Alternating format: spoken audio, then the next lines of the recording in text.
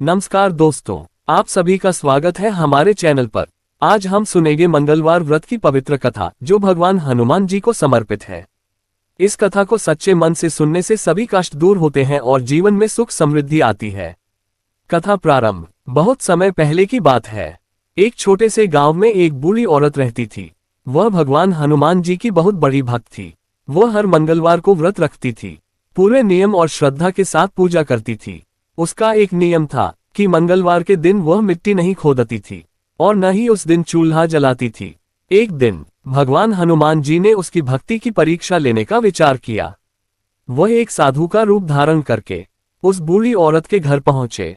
दरवाजे पर आकर साधु ने आवाज लगाई, माँ, बहुत भूख लगी है, कुछ खाने को मिल जाएगा क्या?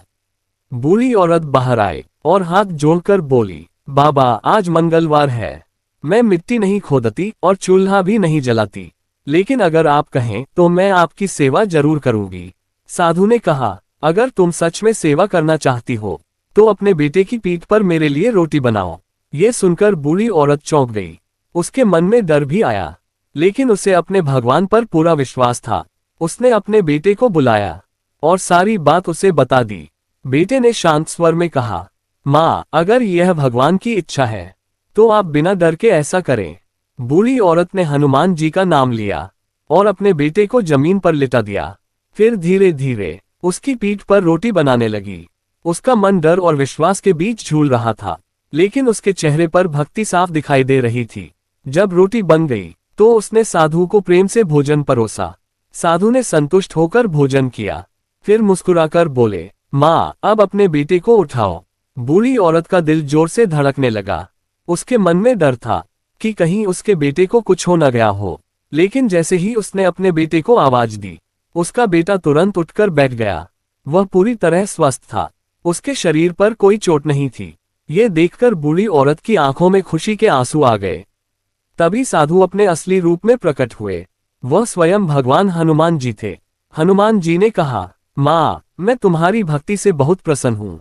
तुमने सच्चे विश्वास और श्रद्धा से मेरी सेवा की है। मैं तुम्हें आशीर्वाद देता हूँ कि तुम्हारे जीवन के सभी कष्ट दूर हो जाएंगे और तुम्हारे घर में हमेशा सुख और समृद्धि बनी रहेगी। ये कहकर हनुमान जी अंतर्ध्यान हो गए। योजक चिन्ह, योजक चिन्ह, योजक चिन्ह। कथा से शिक्षा। इस कथा से हमें ये शिक्षा मिलती है कि सच्ची श्रद्धा और विश्वास से की गई भक्ति हमेशा फल देती है। भगवान अपने भक्तों की परीक्षा जरूर लेते हैं, लेकिन अंत में उन्हें सुख और आशीर्वाद भी देते हैं। योजक चिन्ह, योजक चिन्ह, योजक चिन्ह। समापन। अगर आपको ये कथा पसंद आए हो तो वीडियो को लाइक करें और ऐसे ही धार्मिक कथाओं के लिए चैनल को सब्सक्राइब जरूर करें।